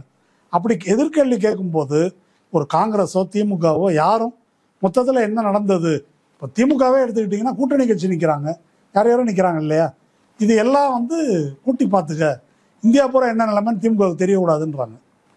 அது எப்படி அது இது ஒன்று. 2வது மிக முக்கியமான ஒரு விஷயம் என்னன்னாக்கா, தேர்தல் ஆணையம் தன்னுடைய பதிலில் இந்த 17C தான் கொடுத்துட்டோம்ல அப்படின்னு அதை சொல்கிறாங்க. ஆனால் தன்னுடைய பதிலே என்ன சொல்கிறாங்கன்னாக்கா, அதாவது ஃபிகர் வந்து மாறும். எப்போ மாறும் அப்படின்னா P+1 P+2 P+3. P+1னாக்கா போலிங் நடந்து 1 நாள் கழிச்சு, 2 நாள் கழிச்சு, 3 நாள் கழிச்சு வர டேட்டா வரும்போது it may result in a change in the data entered in form 17. அப்போ அது அறுதி ஆவணம் அல்ல, மாறுது இல்லையா? அப்போ மாறுதுங்கும் போது இப்போ வந்து முதல் நாள், அதாவது 2வது நாள், 3வது நாள் ஏதோ ஒரு நம்பர் கொடுக்குறாங்க. அது என்ன சொல்லி கொடுப்பாங்க? இறுதி முடிஞ்சிருச்சுங்க, இவ்வளோதாங்க, இப்போ 50-60% அப்படின்னு கொடுக்குறாங்கன்னா அன்றைக்கு ஆன் தட் டே அதுதான் ஃபைனல் ரிசல்ட், அல்லது number of votes, percentage of votes, whatever. அப்போ அந்த இறுதின்னு சொல்லிட்டு திரும்ப அந்த இறுதியை மாற்றிக்கிட்டே இருப்பாங்களா? போல் வந்து தள்ளி தள்ளி வச்சுட்டு அப்படி பண்ணுறாங்களா? அது ஏன் அதிகரிக்குதுன்றதான் இப்போ கேள்வி. என்ன காரணங்களால் அதிகரிக்குது? போஸ்டல் ஓட்டு விட்டு போச்சு, இல்லை ஏதோ சில்லற இது இருக்கலாம். அப்படி வரல 5% 6%னாக்கா அது எப்படி தப்பு வருது என்ற கேள்விக்கு பதில் இல்லை. அதே தேர்தல் ஆணையம் 17Cயில் கொடுத்துட்டோமேன்னு சொல்கிற தேர்தல் ஆணையம் தன்னுடைய பதிலே என்ன சொல்லியிருக்குன்னா, தேர்தல் வாக்குப்பதிவு முடிஞ்சு 1 நாள் 2 நாள் 3 நாள் கழித்து அப்டேட் பண்ணும்போது அது மாறும்னு சொல்லுது. என்ன அப்டேட் பண்ணால் எப்படி மாறுச்சுன்றதான் கேள்வி. அந்த கேள்விக்கு தேர்தல் ஆணையம் பதில் சொல்லவில்லை. மாறா என்ன செய்யுதுன்னா இவங்களை மிரட்டுது. அது ப. சிதம்பரம் அறிக்கை விட்டுருக்காரு. Comptroller and auditor general of India, அது ஒரு கான்ஸ்டியூஷனல் போஸ்ட், அதை விமர்சனம் பண்ணுறோம் இல்லையா? ஃபினான்ஸ் கமிஷன், அது கான்ஸ்டியூஷனல் பாடி, அதை விமர்சனம் பண்ணுறோம். ரிசர்வ் பேங்க் ஆஃப் இந்தியா, அதை விமர்சனம் பண்ணுறோம். நீங்கள் மட்டும் இந்த விமர்சனத்துக்கு அப்பாற்பட்டவரா அப்படின்னு கேள்வி எழுப்பியிருக்கிறாங்க. இது எதுக்கும் அவர்கள் பதில் சொல்லவில்லை என்பதோடு எதிர்க்கட்சிகள், கேள்வி கேட்ட எதிர்க்கட்சிகளை மிரட்டி இருக்கிறார்கள் என்பதுதான் இப்போ நடந்திருப்பது. ஓகே, இது மிரட்டுறாங்க. இது இவிஎம் டேம்பரிங், பாஜகவுடைய நடவடிக்கைகளில் இருக்கிற முறைகேடு நடத்தப்படுவதற்கான சாத்தியம் இருக்குன்னு வருகிற சமிகைகள், சிக்னல்ஸ். இதை வச்சு பல்வேறு சந்தேகங்களை எதிர்க்கட்சியினர் எழுப்புறாங்க, பலரும் எழுப்புறாங்க. இப்போ ஒரு மூத்த பத்திரிகையாளர் திரும்ப ஒரு பேர் எழுத்து அவர்கிட்ட வம்புழுக்க விரும்பல, ஆனால் அவர் சொல்றாரு இவங்க எல்லாருமே அயோக்கியனுங்க. யாரெல்லாம் இப்படி சந்தேகத்தை எழுப்புறவங்க? ஒருவேளை இந்தியா கூட்டணி ஜெயிச்சுட்டா இப்ப நீ உன் முகத்தை எங்க கொண்டு வைப்ப? இவிஎம்ல டேம்பரிங் பண்றாங்க, அது பண்றாங்க, இது பண்றாங்க எப்படி சொல்ற? இது பாஜகவை வீழ்த்த வக்கில்லாதவர்கள் பேசுவது அப்படின்னு ஒரு விளக்கம். தேர்தல் கமிஷனே சொல்லாத விளக்கம் அது. இதை எப்படி புரிஞ்சுக்கிறது? இது மக்கள் மன்றத்தில் தான் பேசுறாங்க. இல்லைங்க, இப்போ இந்த அவர் சொல்றது ஒரு ஆர்குமெண்ட் எடுத்துக்குவோம். இந்தியா கூட்டணி ஜெயிச்சுட்டாக்கா மூஞ்சி எங்கே கொண்டு வச்சுக்குவீங்க அப்படின்ற ஒரு. இப்போ இந்தியா கூட்டணி ஜெயிச்சுட்டாக்கா எந்த இடத்துலையும் எந்த முறைகேடும் நடக்கலைன்னு அர்த்தமா? இல்லை, அவர் அப்படிதான் சொல்றாரு. நீ அப்போ என்ன சொல்லுவீங்க அப்படின்னு கேட்குறாரு. அப்படி இல்லை. முறைகேடுகளை மீறியும் ஜெயிக்கலாம். முறைகேடுகளை மீறியும் ஜெயிக்கலாமா கூடாதா? வாய்ப்பு இருக்குது. ஓகே, இப்போ நாம் எதை பற்றி பேசணும்னாக்கா, ஒரு ஒன்றிய அரசு தேர்தல் ஆணையர்களை எப்படி நியமிக்குது? உச்சநீதிமன்ற தீர்ப்புக்கு எதிராக நியமிக்குது. திரும்ப பழசெல்லாம் சொல்கிறேன் நான். இடியை ரிசர்வ் பண்ணி எதிர்க்கட்சிகளை முடக்குது, சிஎம் உள்ள வைக்குது, கோர்ட்டு கண்டுக்காமல் இருக்குது. இவ்வளவு ஹேட் ஸ்பீச்சுக்கு ஒரு எலெக்ஷன் கமிஷன். ஆமாம், இது ஒரு முறைகேடாக அந்த மூத்த பத்திரிகையாளருக்கு படலை. இதுக்கு பேர் என்ன தெரியுமா? எது ரெப்ரசன்டேஷன் ஆஃப் பீப்புள்ஸ் ஆக்டில் மோடி பேசிட்டு வரதுக்கு பேர் கரப்ட் ப்ராக்டிஸ்.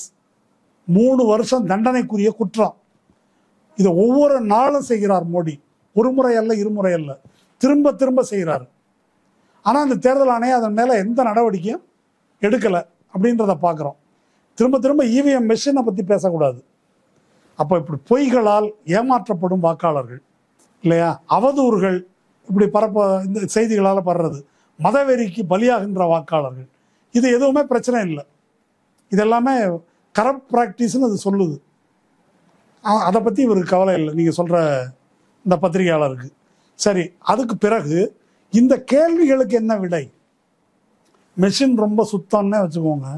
இந்த கேள்விக்கு 6% ஏறி இருக்குது, 5% ஏறி இருக்குது, அதுக்கு என்ன விளக்கம் என்பதற்கு தேர்தல் ஆணையம் என்ன பதில் சொல்லுது? கேள்வி கேட்காதன்னு மிரட்டுது, பதிலே சொல்லலை.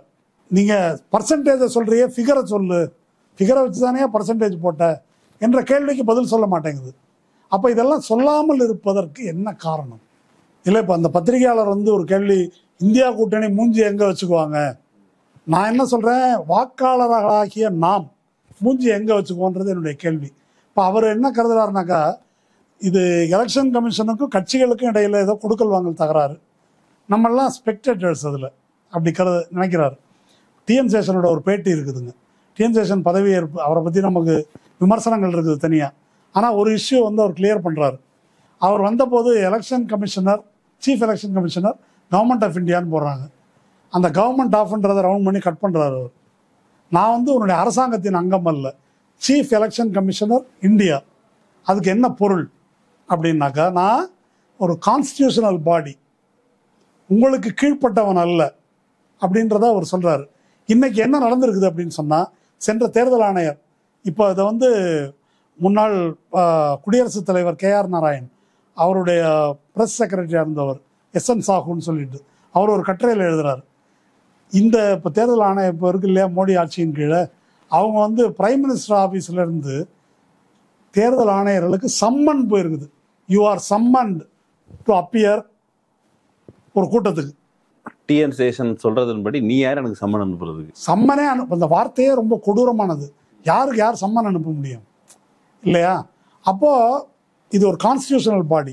இந்த கான்ஸ்டியூஷனல் பாடியை பற்றி கான்ஸ்டியூண்ட் அசம்பிளி டிபேட்டில் அம்பேத்கர் என்ன சொன்னார், இன்னைக்கு என்ன பிரச்சனை நடக்குது என்பதை அன்றைக்கே டாக்டர் அம்பேத்கர் முன்னறிந்து எப்படி தெரிவித்தார்ன்றதை எஸ்என் சாகு தன்னுடைய கட்டுரையில் குறிப்பிடுறாரு. 2 சொல்றாரு. There is no provision in the constitution to prevent the appointing of either a fool or a naive person who is likely to be under the thumb of the executive. ஒரு முட்டாளையோ வளைந்து போகக்கூடிய நபரையோ தேர்தல் ஆணையராக நியமிப்பதற்கு இல்லையா, எக்ஸிக்யூட்டிவனுடைய பேச்சுக்கு ஆடக்கூடியவரை, அதை தடுப்பதற்கு எந்த ப்ரொவிஷனும் இல்லை அப்படின்னு சொல்றாரு. அதை சட்டப்பூர்வமான வழிகளில் இப்போ நடக்குது. அதுதான் இப்போ கண் முன்னால நம்ம பார்க்குறோம். அப்போ இது ஒரு ஃப்ரீ அண்ட் ஃபேர் எலெக்ஷன் அப்படின்றது நம்முடைய ஃபண்டமெண்டல் ரைட். நம்முடைய உரிமையின் மீது தேர்தல் ஆணையம் பதில் சொல்லுது. யாருக்கும் உரிமை இல்லை. இந்த ஓட்டு அப்படிங்கிறது யாரும் பிச்சை போட்டு போனது இல்லை. இது நீண்ட மக்கள் போராட்டத்தின் விளைவாக பிரிட்டிஷ் ஆட்சி காலம் போனதற்கு பிறகு நம்மளையும் ஒரு மனுஷனாக மதித்து ஒருவருக்கு ஒரு மதிப்பு அப்படிங்கிறது நாம் ஈட்டிய உரிமை. இப்போ அதை அதை பயன்படுத்தி இப்போ இது முறைகேடு பண்ணுறாங்க அப்படிங்கிற பொழுது நம்ம எல்லாருக்கும் அடிப்படையில் இந்த கோபம் வரணும். இந்த மூத்த பத்திரிகையாளரும் உள்ளடக்கி தான் சிவில் சொசைட்டி தான் மோடிக்கு பெரிய அச்சுறுத்தலாக இருக்க பொழுது, அல்லது இந்த நாட்டில் ஏதோ ஜனநாயகத்தை காப்பாற்ற போகுதுங்கிற மாதிரி பரவலாக பிரபாகர் எழுதியிருக்கிறார். இவர்களுக்கு மக்களை இன்னும் விழிப்புற்றவர்களாக மாற்றுவதற்கான கடமைகள் இருக்குது. இப்படியான பத்திரிகையாளர்கள், ஆக்டிவிஸ்ட் எல்லாத்துக்கும் இவங்களே இப்படி இருக்கும் பொழுது எந்த நம்பிக்கையில் இப்படி இந்த புகார்கள், எதிர்கட்சி புகார் கொடுக்குது, மனு கொடுக்குது, எலெக்ஷன் கமிஷன் மதிக்கவே மாட்டேங்குது. அப்போ ஜூன் 4 நாம் எப்படி எதிர்நோக்குவது? இப்போ நீங்கள் ட்ரம்ப்லாம் சொன்னீங்க, பயமாக இருக்குது, பீதியாக இருக்குது. ஏற்கனவே ஆர்எஸ்எஸ் சங்பரியா அமைப்பிற்கு ஒரு பெரிய காலாட்படைகள் இருக்கின்றன, ஆக்டிவான காலாட்படைகள். ஜூன் 4 அப்படிங்கிறத எப்படி தான் எதிர்கொள்வது? சுமன் ஸ்ரீராமன் கூட அப்படி ஒன்றும் ஈஸியாக போயிட மாட்டார் அப்படின்னு கூட சொல்கிறாங்க இல்லையா? சுமன் ஸ்ரீராமன் சொன்னாலும் உலகம் உருண்டைன்றதை நம்ம ஒத்துக்கணும். பிரச்சனை என்ன அப்படின்னு சொன்னாக்கா, இந்த அரசமைப்பு சட்டம் இயற்றப்படும் போது அரசியல் ரீதியாக ஆளுக்கு ஒரு ஓட்டு, ஒரு சமத்துவம் வந்துருச்சு. ஆனால் சமூக ரீதியாக, பொருளாதார ரீதியாக அப்படி ஒரு சமத்துவம் வரல. அதை உத்தரவாதம் செய்யலைன்னா இது நிற்காது அப்படின்ற மாதிரி அம்பேத்கர் சொன்னார். அது உத்தரவாதம் செய்யப்படவில்லை, ஏற்றத்தாழ்வு அதிகரிக்கிறது, சாதி கொடுமைகள், தீண்டாமை கொடுமைகள் நீங்கவில்லை என்பது ஒரு புறம் இருக்கும்போதே, இந்த சோகால்டு அரசியல் ரீதியான ஒருவனுக்கு ஒரு ஓட்டு என்ற சமத்துவம் இருக்கு இல்லையா, அதுவே இப்போ கேள்விக்குள்ளாகுது. பெயரளவில் இருந்தது கூட அது ஆமாம், அதே கேள்விக்குள்ளாக்குற இடத்துக்கு கொண்டு வந்துருக்குறாங்க. அப்போ நீங்கள் ஓட்டு போட்டவன தான் தேர்ந்தெடுக்கப்படுவார் என்பதற்கு எந்த உத்தரவாதமும் இல்லை. அப்படி ஃப்ரீ அண்ட் ஃபேர் எலெக்ஷன் அப்படிலாம் அவங்களை ப்ரூவ் பண்ண வேண்டிய அவசியம் இல்லை. ஃப்ரீ அண்ட் ஃபேர் எலெக்ஷன் அப்படின்றது கிடையாது என்பதை நோக்கி போகுது. அப்போ மாடல் கோட் ஆஃப் கான்டக்ட், இதை பற்றி லவாசா எழுதுறாரு. மாடல் கோட் ஆஃப் கான்டக்ட் நம்ம என்ன நினச்சிட்டு இருக்கிறோம்னா, இந்த இவங்களுக்கு மட்டும்தான் இருக்குது, யார் கட்சிகள் போட்டிடுறாங்கல்ல அவங்களுக்கு மட்டும்தான் இருக்குது அப்படின்றது அல்ல. இந்த மெஷினரி உள்பட எல்லாருக்கும் இருக்குது, எலெக்ஷன் கமிஷனுக்கு இருக்குது. ஃப்ரீ அண்ட் ஃபேர் எலெக்ஷன் அப்படின்றதுக்கான டெஃபனிஷன் என்ன? அந்த டெஃபனிஷன் இப்போ இடியை ஏவறாங்க, 2 சிஎம் உள்ளே வச்சுருக்கிறாங்க. இதெல்லாம் ஃப்ரீ அண்ட் ஃபேர் எலெக்ஷன் நடப்பதற்கான இலக்கணமா? இப்போ நம்ம தேர்தல் அறிவிக்கப்பட்டு விட்டால் அப்புறம் போலீஸ் எல்லாத்தையுமே யார் இயக்குவாங்க? கமிஷன் தான் இயக்கும். கட்சிக்கு, மாநில கட்சிக்கு, அந்த அதிகாரத்தில் இருக்கிற மாநில அரசுக்கெல்லாம் உரிமையே கிடையாதுன்றோம். ஆனால் இடி அது தனியாக எவனான பிடிச்சி உள்ளே வைக்கிது. அதுக்கும் எலெக்ஷன் கமிஷனுக்கும் சம்மந்தம் இல்லை அப்படின்ற மாதிரி இருக்குது. இப்போ தன்னுடைய அதிகாரம் பறிபோகிறது என்பதை பற்றி அந்த எலெக்ஷன் கமிஷன்ல மேல இருக்கிற நபர்களுக்கும் கவலை இல்லை. மேல இருக்கிற நபர்களுக்கு தான் கவலை இல்லை. நான் சொல்றது புரியுதா? இப்போ ஒவ்வொரு பூத்துலையும் இருக்கிற ப்ரிசைடிங் ஆஃபீஸர் ஊழல் பண்ணல. அவங்கெல்லாம் இந்த நாட்டில் நேர்மையாக இந்த வாக்கு எண்ணிக்கை, வாக்கு நடக்கணும் அப்படின்னு கீழ்மட்டத்தில் இருக்கிற ஒரு போலீஸ்காரர், ஒரு ப்ரிசைடிங் ஆஃபீஸர், ஒரு தாசில்தாரோ வாத்தியாரோ யாரோ ஒருத்தர், அவங்க அப்படி தான் நேர்மையாக நடந்துக்கிறாங்க. ஆனால் மேலே இவர்களால் நியமிக்கப்பட்ட சிலரை வைத்துக்கொண்டு இந்த மொத்த இந்த டெமோக்ராட்டிக் செட்டப் இருக்கு இல்லையா, ஒருவனுக்கு ஒரு ஓட்டு என்றதையே மேனிப்புலேட் பண்ண முடியும், மாற்ற முடியும். அதுக்கு நான் அக்கௌண்டபிள் இல்லைன்னு திமிரா பதில் சொல்கிறாங்க. இதில் இந்தியா கூட்டணி கட்சி கோவப்படுறதுக்கு ஒன்றும் இல்லை. நமக்கு சூடு, சொரணை, வெக்கம், மானம், ஜனநாயக உணர்வு, அது சொன்ன இல்லையா அந்த அமெரிக்கன் ஜூரிஸ்ட் சொன்னாருன்னு சொல்லிட்டு, இதயத்தில் சுதந்திர உணர்ச்சி இருக்கணும். அது இல்லைன்னா எந்த கான்ஸ்டியூஷனும், எந்த சட்டமும், எந்த கோர்ட்டும் காப்பாற்ற முடியாதுன்னு சொன்னார்ல, அந்த இடத்துல இப்போ நம்ம இருக்கிறோம். இப்போது நீங்கள் கேட்டீங்க 4ஆம் தேதி என்ன நடக்கும்? 4ஆம் தேதி என்ன நடக்கும், நம்ம எப்படி நடந்து போகணும் சேர்த்து தான். ஆமா. இதுல ஒரு முக்கியமான பிரச்சனை இருக்கிறதா நான் கருதுறேன். இப்ப தேர்தல் ஆணையம் வந்து கட்சிகளுக்கும் எலெக்ஷன் கமிஷனுக்கும் இடையிலான பிரச்சனை இல்லை, கட்சிகளுக்கு ஒரு ப்ராப்ளம் இருக்குதுங்க. இப்போ கார்கே இதை சொல்றாரு, கடுமையான வார்த்தைகள் தான் அவங்க பேசியிருக்கிறாங்க. பேசின உடனே திரும்ப அவங்க வந்து மிரட்டுறாங்க, இதெல்லாம் அவதூறு, திசை திருப்புறீங்க, மக்களுக்கு ஜனநாயகத்தில் நம்பிக்கையா, எப்படி மக்களுக்கு ஜனநாயகத்தில் நம்பிக்கை இல்லாம ஆக்குறீங்கன்னு வந்து மிரட்டுறாங்க. இப்போ நம்ம நாட்டில் வந்து தேர்தல் ஜனநாயகம் என்பது வழிமுறை. அப்போ நம்ம வந்து அந்த வழிமுறையை தாண்டி வேற வழிமுறைகளுக்கெல்லாம் நம்ம போகக்கூடாது அப்படின்றது தான் தேர்தலில் பங்கேற்கின்ற எல்லா கட்சிகளும் சொல்வது. அப்போ திரும்ப நான் இதை தான் சொல்கிறேன், அவசர நிலை காலத்தில் ஜெயபிரகாஷ் நாராயண் சொன்னது, ஃப்ரீ அண்ட் ஃபேர் எலெக்ஷன் என்பது நடக்கலைன்னாக்கா ஜனநாயகத்தை தேர்தல் மூலம் மட்டும்தான் காப்பாற்ற முடியும் என்று நாம் கருத முடியுமான்னு ஒரு கேள்வி எழுப்புறாரு. To practice democracy, election is not the only way to. Free and fair election இல்லைன்னு ஆயிட்டா புட்டின் மாதிரி தேர்தல் நடக்குது அப்படின்னு சொன்னாக்கா அந்த இடத்துல நம்ம என்ன செய்ய முடியும்னு ஒரு கேள்வியை அவர் எழுப்புகிறார். இப்போ வெள்ளிக்கிழமை இன்னைக்கு சுப்ரீம் கோர்ட்டில் இந்த ஏடிஆர் போட்ட வழக்கு வந்து விசாரணைக்கு வருது.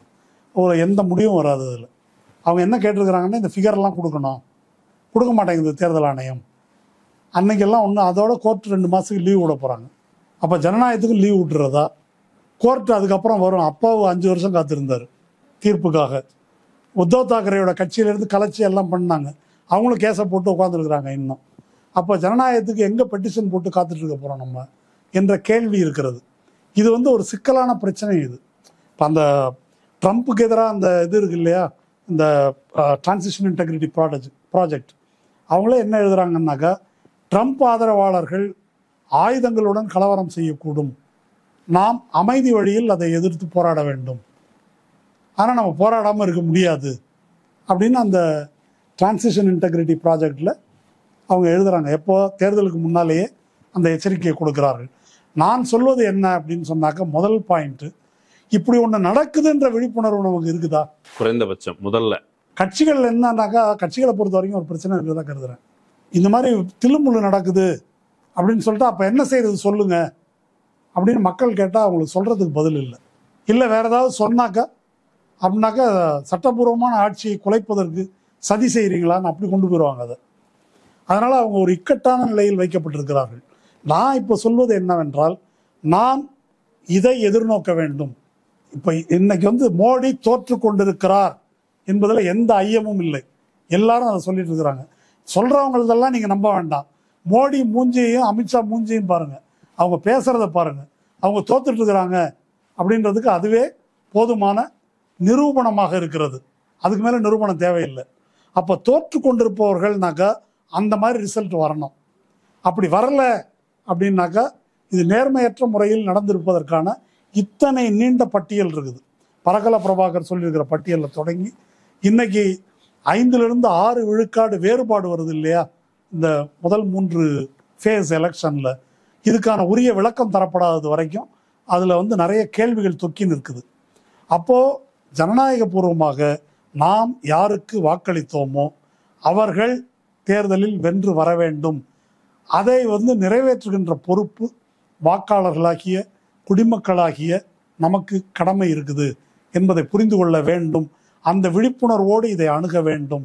இது வந்து கட்சிகள் பிரச்சனை அல்ல, நம்முடைய ஜனநாயக உரிமை பற்றிய பிரச்சனை என்பதை நாம் புரிந்து கொள்ள வேண்டும் என்பதுதான் இதிலிருந்து நம்ம வலியுறுத்தக்கூடிய விஷயம். தேர்தலுக்கு வாக்குச்சாவடிக்கு போயிட்டு அங்கே ஓட்டு போட்டுட்டு கையில் மை வாங்கிட்டு வந்ததோட அந்த கடமை முடிந்து விடவில்லை. அடுத்தடுத்த கட்டமாக நாம் யாருக்கு வாக்களித்தோமோ அவர்கள் நம்முடைய பிரதிநிதிகளாக அங்கே மேலே போய் அமர்வதை உறுதி செய்வது, அதுவும் கூட வாக்காளர்களின் குடிமக்களின் கடமை என்ற மெசேஜ் தான். அது மக்கள் மன்றத்தில் வைப்போம். விரைவில் ஒரு நிகழ்ச்சி நடத்த இருக்கிறோம். அந்த நிகழ்ச்சியிலையும் வந்து மக்கள் வந்து பெருந்தராக கலந்துக்கணும், இந்த செய்திகளை பரவலாக கொண்டு போய் சேர்க்கணும் அப்படிங்கிறது தான் நம்முடைய வேண்டுகோள். இன்னொரு வாய்ப்பில் பேசலாம். ரொம்ப நன்றி. நன்றி நண்பர்களே, இன்னொரு வாய்ப்பில் சந்திக்கலாம். நன்றி.